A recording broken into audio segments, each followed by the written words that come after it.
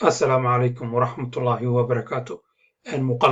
Muuqaalkan wuxuu ku saabsan yahay sida aad ku ogaan karto passwordka gurigaaga ama lambarka sirta ee internetka aad isticmaashid lambarkiisa sirta ah. Si aad u ogaatid internetka lambarka sirta ah, waxaad u baahan tahay inaad qaybtan wirelesska aad tagtid internet access qaybta inaad tagtid oo kadibna muuska aad qabatid dhinaca midig right click kadibna waxaad ku dhufanaysaa open network and internet setting.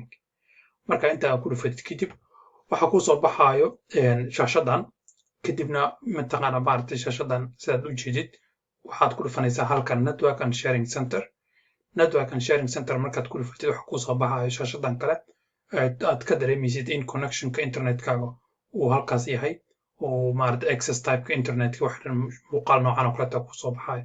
Kadibna waxaad ku dhufanaysaa qaybtan aad click siinaysaa. Markaad click siisid waxaa kuu soo baxaayo shaashadaas yar.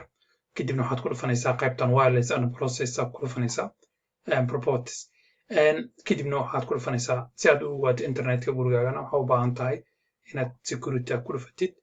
Waa kana halkan waxaa kaaga soo baxaya network security key.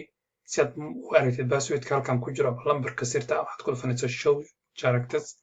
halkan markaad ku dhufatid waxaa ku soo baxaya passwordka oo kadibna aad ka qoran kartaa haddaad rabtana inaad qarisan haddana waad ka qaadaysaa oo keliya wax weyn maahan kadibna waxaad ku dhufanaysaa okay haddaad ka dhamaysato oo kaleeto. Halkaas waxaa inooga dhan sidaad ku ogaan karto passwordka gurigaaga. Waad mahadsantahay daawashada daawatay.